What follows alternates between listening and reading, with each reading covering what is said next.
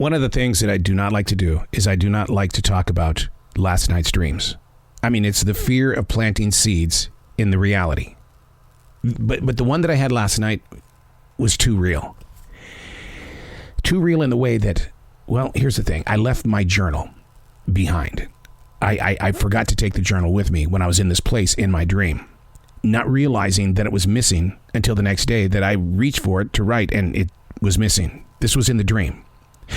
I could feel a frantic state of mind inside that dream. I could feel someone I didn't know was paging through those thoughts over and over. And within this dream, I kept trying to remember, what did you write in the book? What did you write? What did you write? Well, I made it to the place where I forgot the journal. Nobody had seen it. Of course, I thought.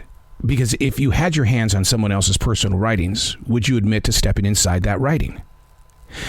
Here's how the dream ended. A bunch of mazes. I kept going through these mazes, and eventually I couldn't get myself out of those mazes. And so I guess the subconscious mind said, dude, you're dreaming. Get out of here. Get out of here. You don't want to know how this one ends.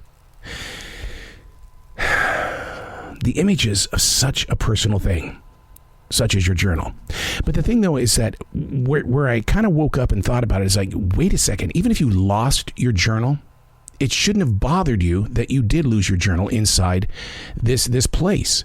And the reason why is because I leave my journals out on the coffee table. If you come over to visit me, you just pick up the journal and read it. So I was really bothered when I woke up. It was like, why were you in fear? Why did you feel this frantic state of mind when you forgot your journal in this place? And I think it's because if you come into my house and you read the writing, that's an invitation. But somebody taking somebody else's writing and reading it, that's the breakdown. That's where you start fearing maybe they won't understand the writing style. Hey, it's Arrow. This is the Daily Mess. I am a daily writer.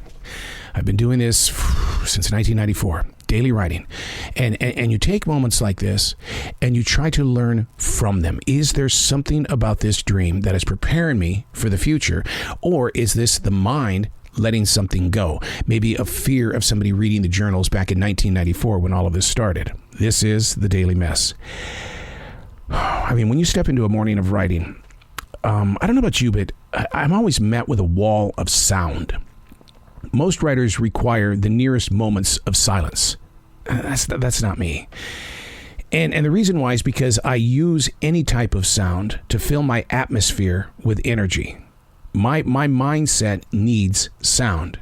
Music, it's one of those things that can create a block, mainly because most songs carry with them a lot of attachments, such as, oh my God, I remember when they released this song in the summer of 78. Oh my God, see what I mean? It kind of disconnects you from the moment that you're writing. Or here's one, God, I was at Cook Radio when this song was released as a single.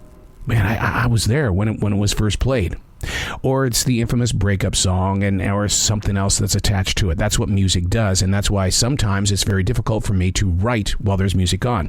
But the biggest distraction is the television set. When it's on and I'm writing, it's controlling 90% of what I'm putting on paper. And is that basically a writer hider, or am I using some sort of hidden speak and I'm trying to figure out how to get through this mess without creating even a bigger mess? Stepping into a morning of writing. Because I've been married 29 years, I am not home alone. And just because I'm writing for that hour in the morning and several hours at night, that doesn't mean that they have to change their lifestyle. Welcoming them into your writing space, that's a great feeling.